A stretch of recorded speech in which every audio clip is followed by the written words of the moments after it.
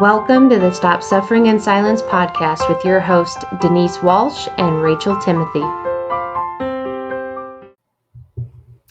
Hello, you guys. Welcome to our first ever live educational awareness fundraiser for Stop Sis. Stop Sis stands for Stop Suffering in Silence. And we work primarily with trauma and trafficking survivors, educating communities on how to keep their kids safe, as well as empowering those on the healing journey. My name is Denise Walsh. I'm a clinical psychologist and co-founder of Stop Sis. And then we also have Rachel Timothy. She is a trafficking survivor and is going to share a bit of her story here in just a minute. And so we're going to be hanging out with you and several other guests throughout the next few hours with the goal of raising $1,500 to support our upcoming retreat for survivors this April. So if you are interested in, in donating, let me see if I can do this right. You go to Venmo at Stop Sis, and then I can. There you go. That's how it goes. Hey, so look at you. Stop Sis is the Venmo to donate anything that you give. We are a 501c3, is tax deductible, and goes directly to supporting survivors on their healing journey. So I'm going to mute Rachel because my dogs are barking, but what I'd like you to do is introduce our next section. Yeah, so I'm super excited about this next piece. We're going to have a guest come on to explain this piece of Stop Suffering in Silence that they have started in their own town. We are calling the ministry Bringing Hope, and you will learn why really soon. Rose, unfortunately, she's getting a root canal right now. So yeah, say a prayer for her. But I want to introduce you guys to Jackie Wellwood. We haven't known her that long. It's only been a couple months, but I feel like I've known you forever. Thank you for being here, Jackie. Good morning. Good morning. Yeah, so tell us a little. Oh, Denise, you're better at this than I am, the interviewing process, but I can't wait to hear what all you have to share. Well, what I want to do first is show some pictures, and then Jackie will kind of get into the nitty-gritty on how bringing hope to those who are currently being trafficked in strip malls around the country. So one thing we found is after our events, we speak and Rachel shares her story and we talk a bit about the healing journey, and people will say, well, what can I do? Like, how can I help? And so Jackie and Rose started a ministry like to answer that call. They wanted to help too. And so what they have started is going into illicit spas all around their town consistently enough to create relationships with the ladies who live there. You heard me right. They live there, and we'll tell you a bit more about how it all works. But I want to share some pictures with you because... Yeah, well, and my hope was Jackie could explain a bit of what's going on in each picture. Okay, well, right. Well, then we'll let Jackie start. So, Jackie, why don't you start with how Bringing Hope got started, and tell us where, where this ministry was birthed. Well, Bringing Hope is all about God, and it really started with Rose. I've known Rose for years. We're friends. My oldest daughter married her brother, so I guess we're related. But we both independently read Rachel's book, Open Blind Eyes. I read it reluctantly. I was trying to understand something. I read it in an entire weekend and I was horrified. I didn't really understand at all. I thought I did, but I didn't. And then Rose had a similar experience, only I would say more powerful. She had read it prior to me and she wanted to go find out what she could do to help. And I didn't know about this until I spoke with her in May of 23. But she was on a mission trip and decided 8 hours from where we live, she decided to go visit some illicit spas, which we've come to call brothels. And she took some girls with her and just visited with some gifts. That took incredible courage. And she said she didn't know what to expect. And she figured if she did it there 8 hours from home, they probably wouldn't follow her home. So it was definitely a call from God. And then I found out she shared this with several people and tried to get support to have women come with her. And everyone was telling her, no, don't go. It's not safe. The police should take care of it. If it was a good idea, somebody would have already done it. No, that's a red flag. Sometimes we're the ones to do it. So in May, this is such a God moment. We don't attend the same church, but it's in the same town that I attend church. And for unknown reasons, that day I felt that I was just going to stop by. And there's 500 people there. I don't always see her. And there she was. And I walked up to her and I told her about something I was going to do, cold calling, just blindly going in and not knowing what to expect. And all excited, she said to me, well, I'm going to start visiting the spas. And I knew about them. I had been in a prayer group 10 years before, praying for a safe house for the area we live in. And I didn't even think before I said yes. I probably should have thought, but it was fine because I knew it was a God thing. So we actually, with some knowledge, made our first visit in June of 2023. And that picture you put up there was our women meeting at a food bank in town. We put together whatever our gift is, and then we go out and visit the spas, and then we come back and kind of have a talk afterwards. So that's the foundation. You're muted. Can you explain what an illicit spot is, how someone could like notice that it's in their area, how the girls get there, and then I'll take us through some of the pictures of the experience that we can hear.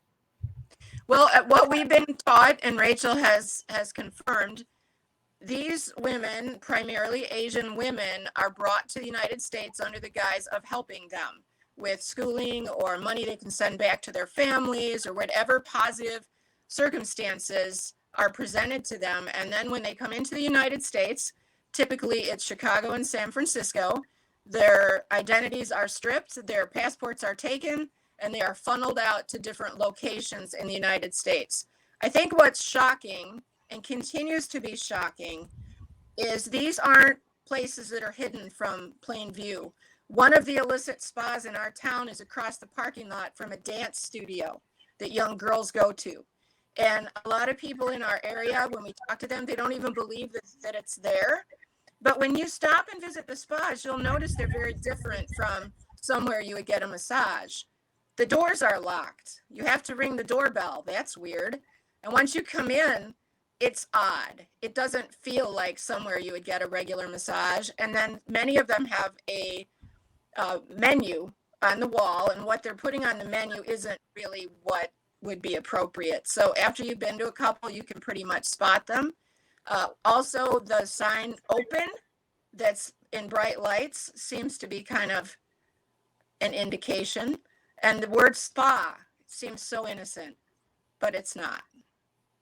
It's also possible to go online in the community and find out where these types of spas are. And that's what Rose did initially and found it in another town. Yeah, you can go, I think it was rubmap.com.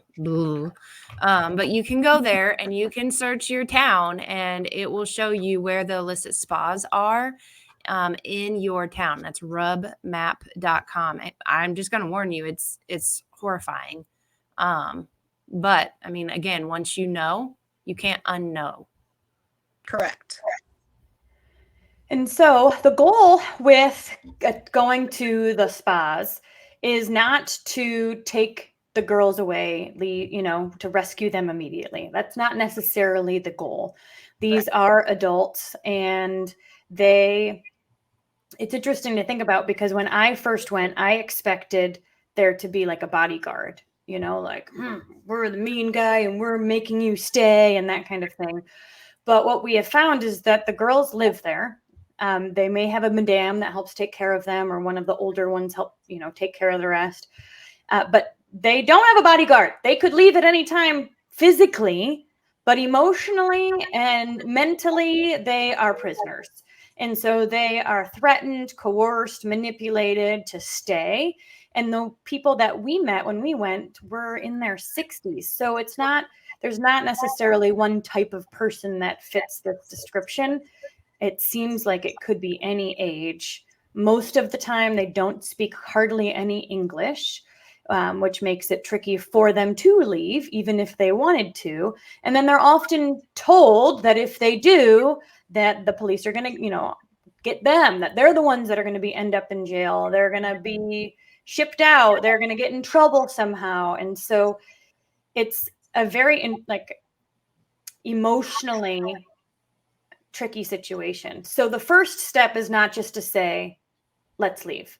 You think about domestic violence situations. Why does the victim stay oftentimes for years? And it's not just because they couldn't just leave. They're emotionally, spiritually, and mentally prisoners. And so I'm going to start sharing some pictures, Jackie, but I'd love to hear if you guys have any questions about this, please post and we'll certainly. I think one question people would have, Jackie, is why are the police not stopping this? Well, it's a very complicated situation, and basically there's government structure in place that makes it difficult for them to stop it. On our list of spas, we had 8, and there was actually a 9th that we didn't pick up online, and it turns out that spa was closed down by the police. But Rose and another person from our group actually attended the hearing, and very frustrating, they said, because basically you could see that they're going to set up shop again after a period of time passes. And that partly is due to government structure, but it doesn't mean that the police aren't doing anything. And we're pretty excited. One of our 2 focal points right now, we have a person in law enforcement that we're going to sit down with who is in charge of this type of thing, but the support for this work isn't what it could be because the department is so focused on the drug problem. So we're pretty excited to see if there's a way we can help, but it also is an opportunity for us to understand better from the police point of view why these continue. But I do want to say we met with an officer already in one of our smaller towns, and it was so exciting because at the end of the visit, Denise, we kind of came to the conclusion about, we're not focusing on these women leaving. However, over time they might, and there's a plan. But in the short term, it was so clear. Our visits, we are Jesus, the love of Jesus to these women, because we can't communicate. We've learned this over time. After the 2 of you went with us, what was it, just 2 months ago? I can hardly believe it's been that short of a time. We discovered, because 2 of us went alone to all of them in December, that the women are groomed to please people, and they're afraid to not please people. And when the 2 of us were there listening and watching, what we discovered was they're smiling and they're nice to please us, and they do not understand what we're saying. So we're super, super excited about next week, Rachel. We have found someone that speaks Chinese and understands trafficking. So we're going back to these spas with the ability to communicate. But then at the same time, we're excited about spending a little more time with law enforcement to understand how we really can make a difference. Yes, we're showing the love of Jesus, but ultimately we're not trying to just make them happy for a minute while they're in these dire circumstances. So all of this stuff didn't start at the beginning. People that are listening might be like, wow, this is way bigger than life. Well, it started small, and each month it grows. And I really believe God's favor is on this because the answers are coming quickly and the fear is gone. There's always fear at the beginning of this. Every woman that has joined us the first visit is afraid because she's not sure what's going to happen next. And about a visit or 2, we have really connected. These ladies recognize us, know us when we come in, and they're excited to see what we brought this week. Our second time we visited, we brought bouquets of flowers. I'll tell you, ladies, that just made their day. And I want to say too that whenever you, if we were to go into these spas and physically force these women to leave, they would end up right back in a spa again because emotionally they're still that prisoner. So that's why we need to be able to go in there and bring them hope, hence the name, so that they can get strong enough themselves to walk out that door and start a life that they deserve.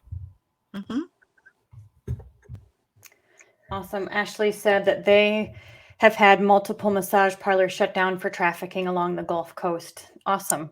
It's always it's a great sign to hear that local law enforcement and people in the community are not standing for this type of thing. And go ahead. Well, and I want to say, yes, like praise God, they're being shut down. But we also need to remember that doesn't mean these women are out. They're True. still in it. And so, yes, the business itself is shut down, but those women are just being transferred somewhere else. So as much as possible, this getting in there and loving on them, it's huge. I'll share the screen now and we can go through some of the pictures, because when we went, we gave the girls a number, and it was fascinating to see that they asked us questions. Who is this number for? Can I actually call them? And the thought is that when you're building up their inner strength, offering them hope, showing them that they're loved, eventually they may have the courage to call that number, which is why partnering with the local church that speaks Chinese or Korean is actually a really great next step for them, so they can get the help that they really need. So, all right, Jackie, Rachel, what is this picture? Go ahead, Jackie. We are outside. I can't remember which. I don't think this was the first one that we visited, but It was the first one. Okay. Mm-hmm. The smile on our faces was just evidencing the connection we felt with the girls. And for us, it's Abby and I. The boldness of Rachel was something that we had never experienced. We were kind of holding back, and the visits with you, like especially when you hugged the girls, like the love and how their bodies responded to the hug. It was Yes. amazing. Yes. Part of these things you'll never really know till you get going. But so a couple things I want you to notice. This is just in a normal like office plaza, it looks like. You can see the neon signs. I don't know if you can see my screen. Neon signs over here with the massage parlor right there. And this is our gift. So we just come in bearing gifts. We walk in. This is a different spa, a separate one. This one's in a strip mall. This was in a strip mall, and this one is the one that had the doorbell. Rachel, can you share the story about the wife who found out about this place? Sure can. So this particular spa is literally connected to the Safe House Ministries office building. And so I was somewhat a part of that and would be in that office building often. And I would see men going in this next side, and I would hear the showers turning on because the men always have to shower before they get their so-called happy ending.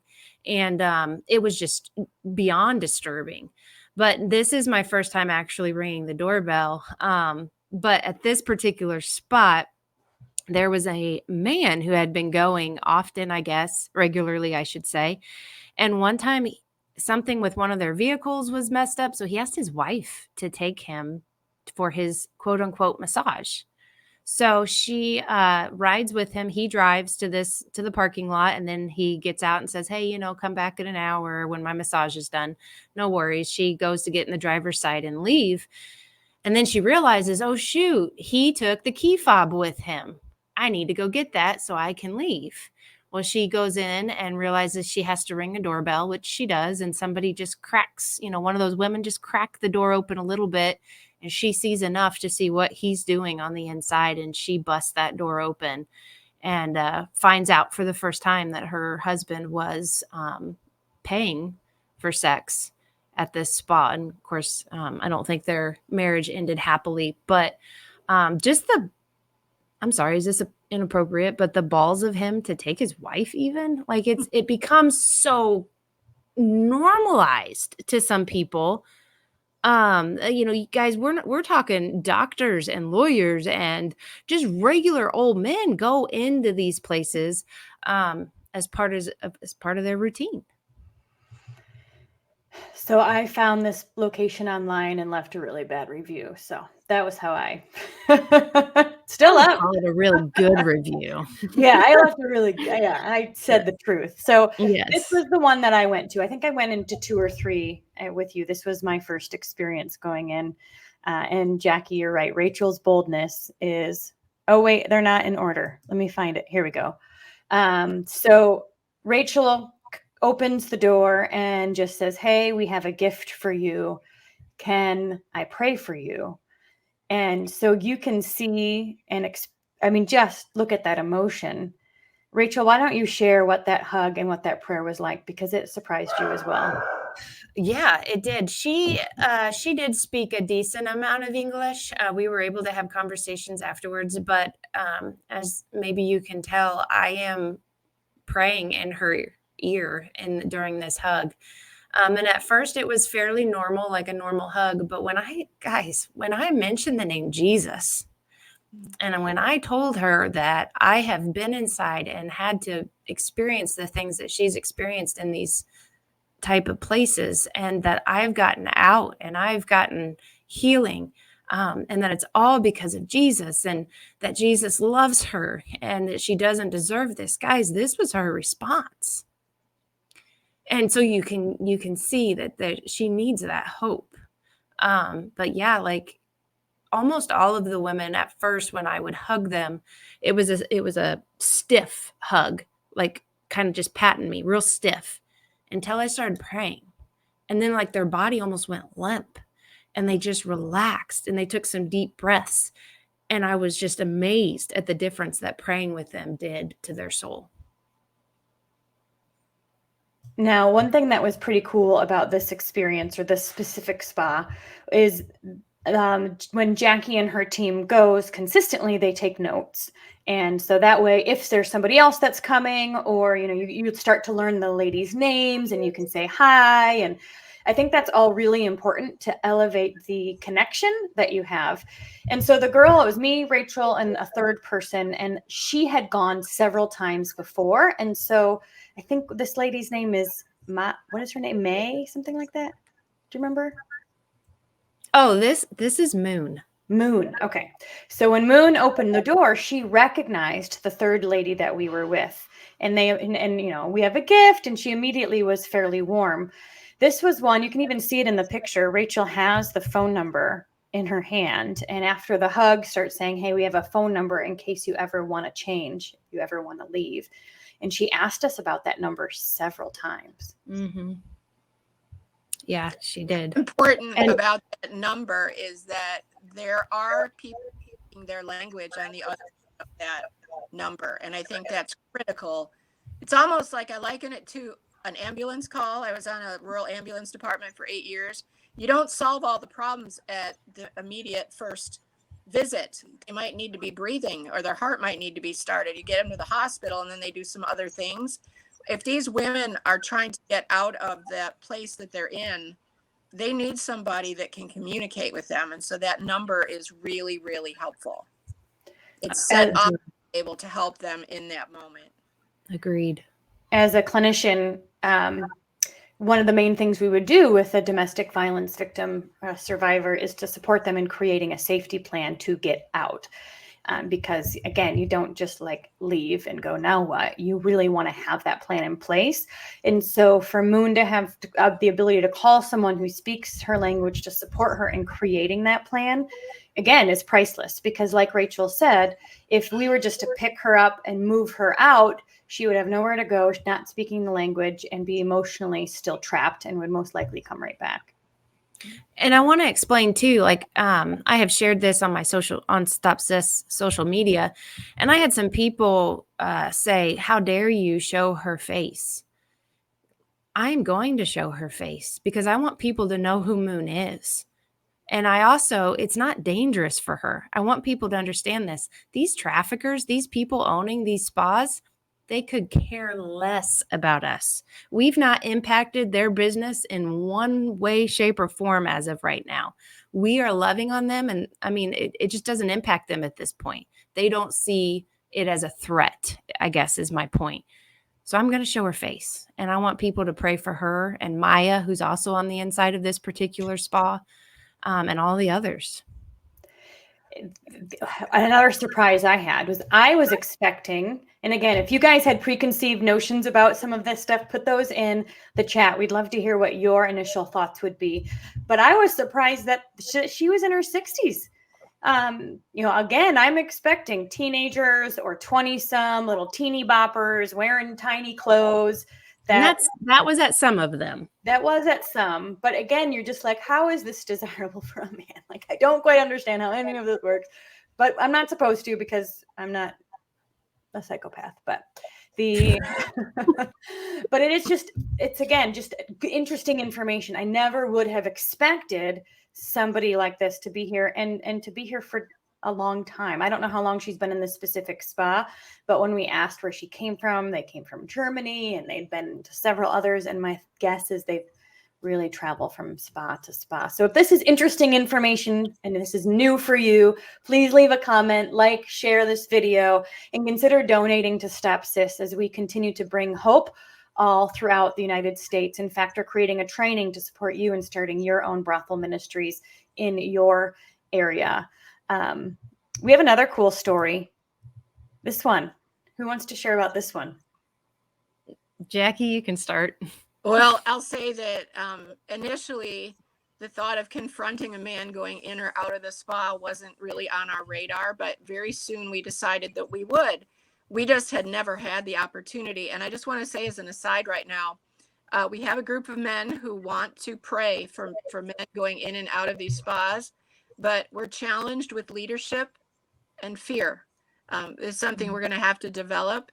But so if there aren't customers, this whole situation won't exist. And Right. Unfortunately, what the statistics show, a lot of these customers are married men who think that the women are there by choice. So while we are loving on these women, we also have a whole nother demographic that we need to address, and that's You're right. educating these men. So as the Lord would have it, the first experience we have with a man coming out of the spa is when Rachel is standing right there. So you take it over from here, Rachel. So, yeah, listen, when we talked about at breakfast before we did these little rounds with the spas, I said to everybody, if I see a man who is just paid for one of these women, I will throat punch him. Like, that was my flesh. That was what because, I just couldn't stomach it. So here we are. We had just been in this particular spa. We had prayed with some of the women inside, and out walks this man and the lady that he had been with. And God took over, and thank God he did, because I did not throat punch him. I asked him, I said, "Can I pray for you?" And he looked at me and he said, "No, I don't need your prayers." And I said, "Okay." And then he kept walking. And then I said it again. "Can I please pray for you?" And he said, "No." And he continued to walk out. And I followed him. Now, that white van that you see there is his. I followed him and I stopped right there as he was getting in his car or his van. I stopped right there and I closed my eyes and I started praying out loud for him, for his soul, for his eyes to be opened, for this evil to stop. I just started speaking this out loud. When I opened my eyes, that's how close he was to me. I had no idea he had gotten back out of his van and was standing that close to me. And I was shocked, but immediately he said, "Amen, and thank you." And he went on to try to say, I know what goes on inside this spa, but I wasn't there for that reason. I have some pain in my back, and I was there to get my back rubbed. I don't believe it for a second. But he then felt the need to go on to tell me that his dad is a preacher, that he has his Bible inside his van and he takes it with him everywhere. And that, he doesn't agree with the things that go on inside this spa. And I said, "Great, then help us stop what's going on, because these women are victims of trafficking and they don't want to be here. This is slavery." And he's like, yeah, I know. It's awful. We need to stop it. And I said, "Then don't come back and spread the word. Help us in this." And so it ended great. Could not have ended any better. God's hand of protection was all over it. And his words that he gave me was perfect for the situation. And I hope this man will think twice about ever going back.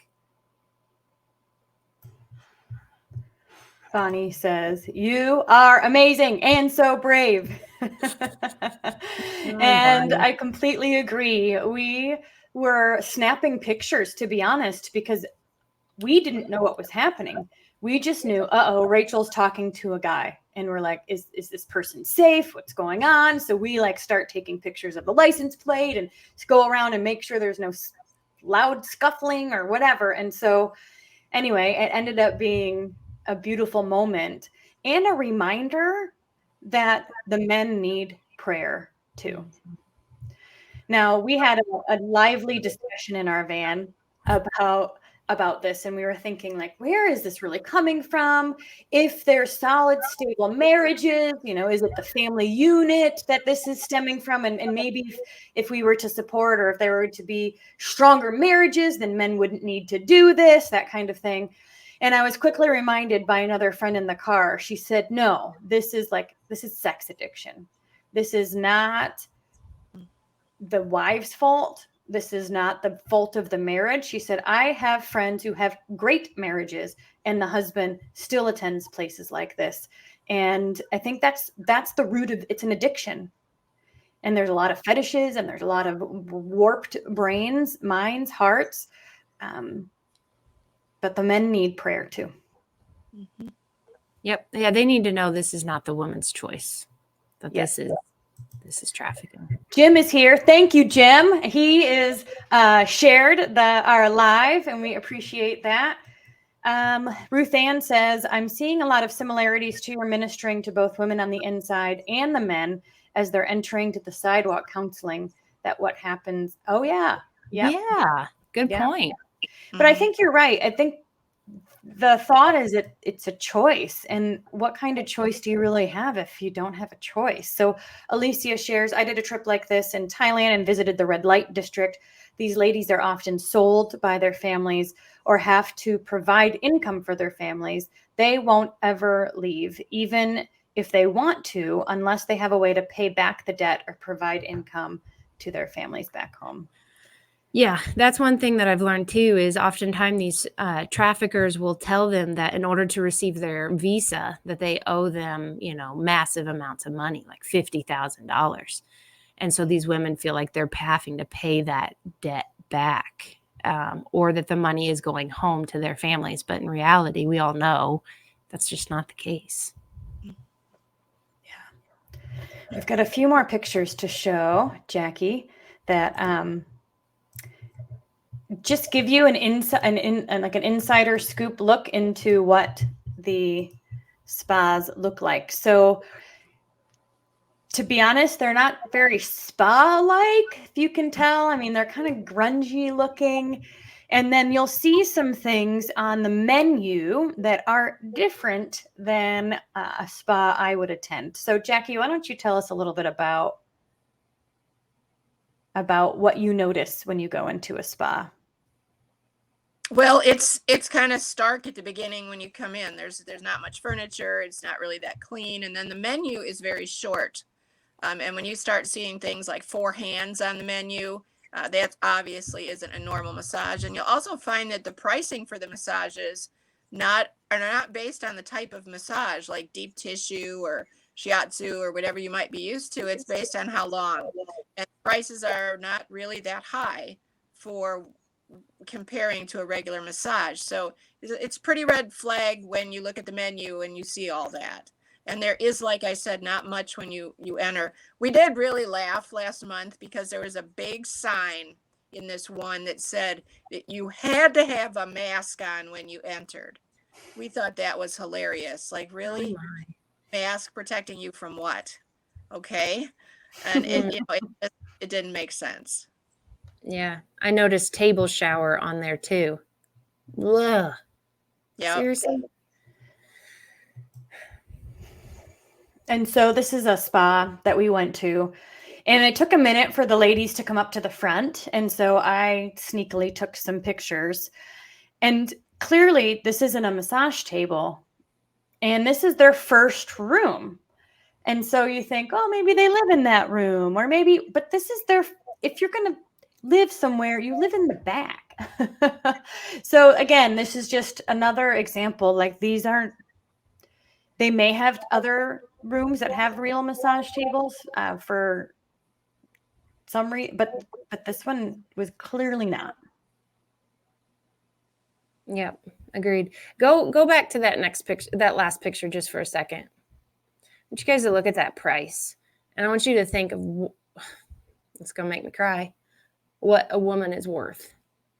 You know, like $70. A woman's worth $70 for an hour. That, I mean, it's awful that our country is gotten to this level of monetizing a woman's soul like that, because that's what it is. It's demons. It's evil. It's so wrong. Sorry, I just wanted to share that. I thought that I had seen where statistically women are sold for $90 an hour at this point, but not these women. They're only 70. And these are not hidden from view. They really are in strip malls all over the place in what I would call a very decent city. It's not a bad area or anything, and people walk by it all the time. There's all sorts of businesses you would frequent right next door to these locations, which it's blatant. It's there, it's accepted as normal, and it still bothers me deeply. We have clients, once we learned about this, they started visiting and like going into these spas and just saying, hey, can I see what you do? And trying to figure it out. And you will start to notice the neon sign, the 1 or 2 word title and name of the business. And if you just decide to go in, you'll notice these things. And I think if you do see that you have some of these illicit spas in your area, reach out to Stop Sis at protonmail.com. We are creating a training to help you make easily love on these girls and bring them hope. Because at the end of the day, if we can, what's the word? Triggering, implanting. If we can spark, that's the word.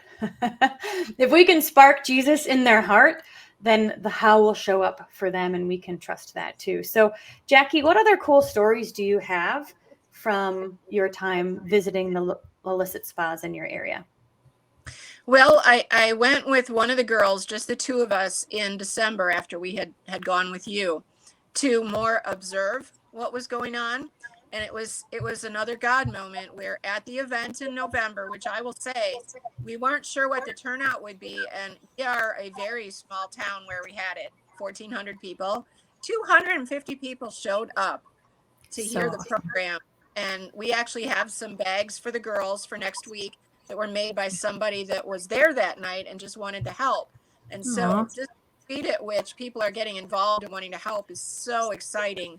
So there was a woman there that night who wanted to pray, just prayer walk all of the spas. So we gave them a list, and it was amazing to me. My friend and I stopped at a spa, and I noticed this lady, didn't think anything of it. We went to the next spa, and there she was. And a dog ran out, and a woman came out to address that. And she looked at the parking lot and said, wow, there must be an open house there. They've never had so many cars. And so our senses are fully engaged, like, what is going on here? And we hear this lady say, oh, well, I just came here to pray. And the light bulb went off in my head. Oh, my goodness. This is the lady that said she would prayer walk the spas. Now, we're visiting on a day that we've never visited. We're visiting midday at lunchtime. We've never done that before. So we start to talk to her. That was only her second spa visit of the day, ever. And we saw her at the first spa. Okay, that's not a coincidence. But the irony in it all was now we see a man leave. We didn't have access to him, but it was a younger man, slithered out the door, and we watched him walk over to a United States Postal Service vehicle, and he got in, and the person driving it drove him away. So it fueled my fire. Like, this is so wrong. This is so wrong. So the idea of praying with these people as they leave is first and foremost on the brain. But that was pretty interesting. And then just the efforts that we've made recently to find Chinese-speaking people. It's amazing how quickly this is coming together. And I believe that the challenges will be solved and the insight will be there. And we just need to keep showing up. And so this is only 8 months long. We haven't been doing this for a long time. We haven't even done the research we want to do. We just followed what we felt God was leading us to do, and we showed up. And it is incredible. The difference we're making, you can see on the girls' faces. And if they can only hope in their mind that they're going to see us.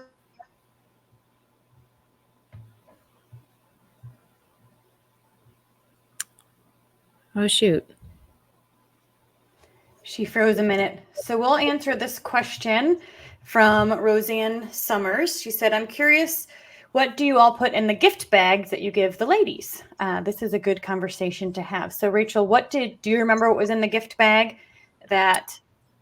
I remember Jackie saying, or maybe it was Rose who said something about how they always want to have some sort of a homemade treat for them, something specially homemade, whether it's a cookie or whatever, just to show that they're special and that they matter. But then also self-care items, and then also something decorative. So I know like something that involves maybe around Christmas time. I think they brought some stuff for, we went in November and Jackie had made this neat little centerpiece with a pumpkin and some flowers and stuff. And that when we then went back, they had those sitting out and it was decoration that they added. So just stuff that helps them remember that they're loved in a real way. Didn't you say once, Denise, was it you that called up one of these places or was it somebody else? And they said, we're not for you. Yeah. So years ago, we had a spa, and this is before I knew anything about illicit spas in my area, but we had a new massage place pop up and I was like, oh, cool. And I walked in and it was kind of dungy looking and some people were on their phones. Nobody really said hi. And then they basically didn't help me at all. But I think our friend Allison said that too. When she started looking in, she went into one and they said, no, not for you. Yeah. But I went back to that location after hearing about what this is all about and they're gone. And so then I used Rub Maps to see where they are in my area. And it's surprising and not surprising to see where they are. For me, they're in a lot of areas of my town that I would suspect that they would be in kind of the dungier, the not as good areas. Not for mine. Mine are right. I have one that's right in between Dollar Tree and Lowe's in like our main area. Yeah. Yeah. Did we lose Jackie? She just texted me. So you take on so I can text her back. I will. One of the things that once I figured out that we can go in there and we can do this with these women, I became like, okay, like antsy about getting back in there. One of the things Jackie and Rose have taught me though, is they reminded me the importance of we do need to be able to have somebody who speaks their language. At least like there's some things that you can verbalize in non-verbal ways like love and prayer and things like that. But in one of the spa visits that I got to go into, I was saying to the lady, and I was even trying to say it into Google Translate, can I pray for you? And I realized pretty quickly that she thought I was saying, can I pay for you? And it broke my heart. And so like being able to speak their language so that they know why we're there is so important. Now, eventually she understood, but it took a little bit. Like I kept saying, no, pray for you. And she's like, how long you want? And again, it also makes you think how many women are coming in here? Like, is this normal? But it was disturbing. And I do think it's important that, you do get some people in that do speak the language to help them understand better why we're there. Yeah, absolutely. So a couple of things to add in the bag: self-care items, homemade items, journal, a number that they can call. Oh, and a tract. They put a tract in there that is in their language about Jesus. Yeah. If you are interested in learning more about this ministry and getting that hands on that training once it's fully created, email stopsis@protonmail.com and then consider making a donation to Stop Sis to support the ministry as we continue to grow. And just again, going back to the point of these traffickers do not see us as a threat. And, we mentioned how they're not there. Guys, there are cameras. I mean, they see us going there and handing the bags to these women. They know that we're giving gifts to these women. And Jackie and Rose have been doing it for 8 months, and there's not been one unsafe situation. They could care less. Yeah. Thank you, NY Jace, who shared the live stream. For those of you who don't know, we are doing another giveaway in about 15 minutes. So be sure to share, like, and comment to be eligible to win. Let us know you've shared, and we're going to draw a name in just about 15 minutes. Roseanne says, thank you, ladies. So amazing, the love that goes to them in these packages. Absolutely. Yes, Sally added also the Bible tracts in their language. Yes. Ruth Ann says, thank you so much for this information. Absolutely. All right. Jackie's back. She made it. Hey, welcome back. It's windy out in the country. I don't know if that's it, but here I am. There's like a storm throughout the entire United States right now. Yeah. Well, not here. Sorry, I do. Yeah.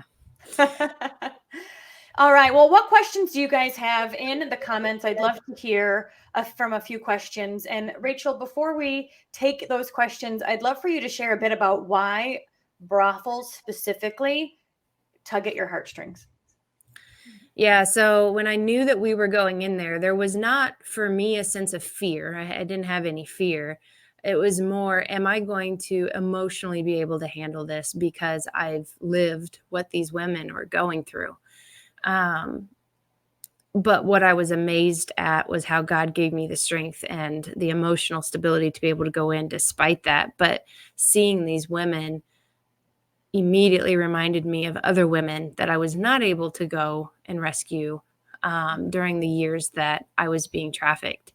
The statistic is 1% to 2% of trafficking victims get out alive. That's it. And to know that so many of those women that I saw there, I am free now and I am healing and I'm on a podcast. I'm on a live stream. Like the things that God is blessing me with, like I am so grateful, but there's a survivor's guilt as well, that I process of why me?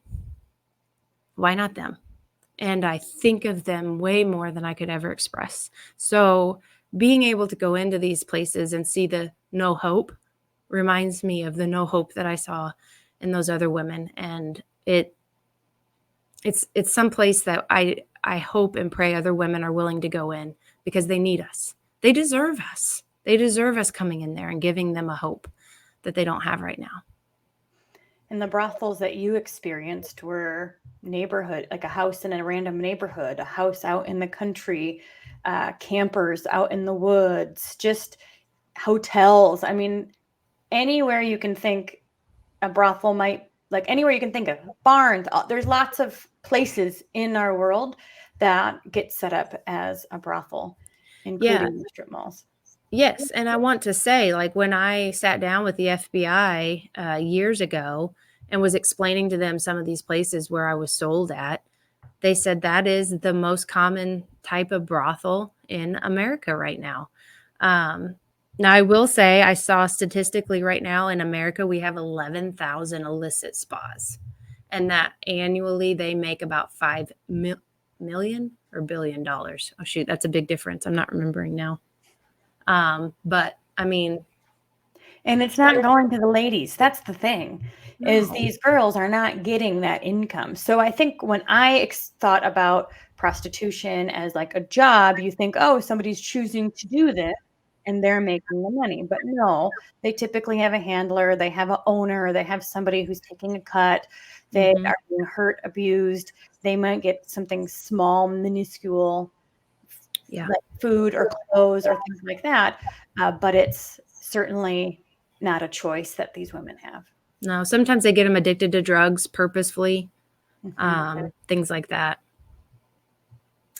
All right, Sally has a question. A story. Okay, the last time the lady told us that the boss could see the cameras and wouldn't like it if we prayed with her. Oh, interesting. Yes, please address that because we've been pondering again, it's like the ambulance call is the prayer after they've left, or when we've got the language or something, because again, we don't want to put them in any kind of position that is Right. favorable, and we had no idea that this was even possible. So Rachel, you've been there once. What do you think about that? Well, first of all, it makes me excited that the boss understands the power of prayer. That's good. But at the same time, we don't want to put the women at risk. I would write the prayer down and I would have it in the bag, and I would have it in their language through Google Translate, and I would have it in their bag for them. Okay. You always have great answers, Rachel.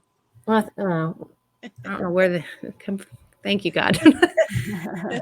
Ruth Ann is asking, can you give us a link to Jackie's ministry? As of right now, unless Jackie, there's something that you guys have set up I don't know about, we are going to add them to the Stop Sis website in the next few months. So email stopsis@protonmail.com and we will put you on our list to be first to get the training once it's out. We're also going to create a community Facebook group so that way those who are planning to go out and give gifts and love on these ladies can connect, share their stories within the community Facebook group. So email us and we'll put you on the list to be a part of that once it gets started. And then also be sure to like and follow our podcast, because once this page is live and the training is done, we will be emailing out and we'll be posting it on our social medias as well as sharing more on the podcast. So this is step one and you'll be the first to know when it's finished. Yeah. And our hope is to be able to financially provide some things that, if, travel expenses, whatever they need, if we're going to places, Jackie has mentioned, hey, I'm ready to go to Nashville right now and start working on those spas. And Sally mentioned that too. So the travel expenses, donations and such will go towards shirts and business cards and stuff like that coming forward. And gifts if needed. Right now, she's getting donated gifts as of right now. So, yeah. Thank you so much. If anybody wanted to help us directly, they could just go through SIS and we could get the email forwarded or whatever. But absolutely. I think that'd be the best. And we're expanding to another bigger city with more troubles. We're going to visit, Rose and I, and assess the situation because we have so many people wanting to help. And that is an excellent situation. So if there are more that want to help, we have ways that they can help us. Well, and we just did a call right before this with a lady in Omaha who wants to kind of be the ringleader with taking, going to the spas in her area and bringing those ladies gifts and showing love. And so you're spreading to Nebraska, Jackie. So absolutely. Well, I think we're open to other people doing what the two of you did back in November. You were here and you visited the spas with us where we've got an established situation where we're visiting. That is also an opportunity if people wanted to travel to where we are and experience it firsthand before they start it back in their own community. That's a possibility too. Yeah, absolutely. NYJ says, why you, Rachel? Because we needed to hear it from you. Stay positive. God has a bigger plan for you. I want to share something about Rachel. I was introduced to her by her book, which is amazing. I'm a published author and I can tell you that she's very much an author too.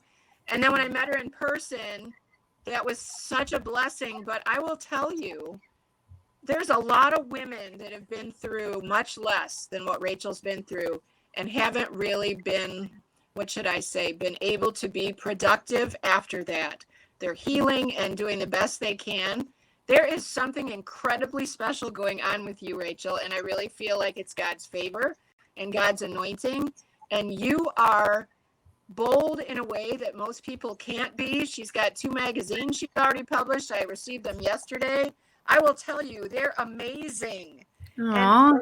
And there is so much in Rachel that she wants to share with others to help others that it's endless what the possibilities with the Lord will be. And I'm super excited because this is an area where most people don't know what to do. And I am convinced that how to do it, when to do it, where to do it, all of that is coming together very quickly. And we're going to be able to provide for all of you that are wondering how to do it, the basics, and then some of the more advanced concepts, and that you can make it unique in your own community. And I'm super excited. But Rachel, it has a lot to do with you and your willingness to share. So I encourage you just to keep it open to the Lord, because this is amazing. It really is. And seriously, you and Rose saying yes to this, saying yes before anybody knew whether it was safe or whether it was right or whether it would work, or, I mean, you had no answers and you put one foot in front of the other because these women mattered that much. Thank you. But I have a confession to make, and some of you can probably relate to this. I didn't have a passion to work in this environment. I didn't feel called. Rose did from the beginning. But I have tried to withdraw myself from this in the past and kind of pass it on to someone else. And God has made it very clear that this is what I'm supposed to be doing. And he's also taken any kind of fear or concern away, because I consistently see God answering our questions before we barely ask them. And it's an amazing experience when God is leading you. And because God is leading me and I'm where I'm supposed to be, I am not walking away from this. Not at all. Praise God. So anybody with reservations, that's normal. That's where you start, but that's not where you end up. And we got a mission field right here. Absolutely. All right, you guys, thank you. Give Jackie some love in the comments for her bravery, for her courage to say yes to the ministry months ago, and then to invite others along on the journey. And so consistently, every month, women are showing up at these spas, bringing the love of Jesus and sparking them and just helping them to know that they are loved. And so email stopsis@protonmail.com if you want information.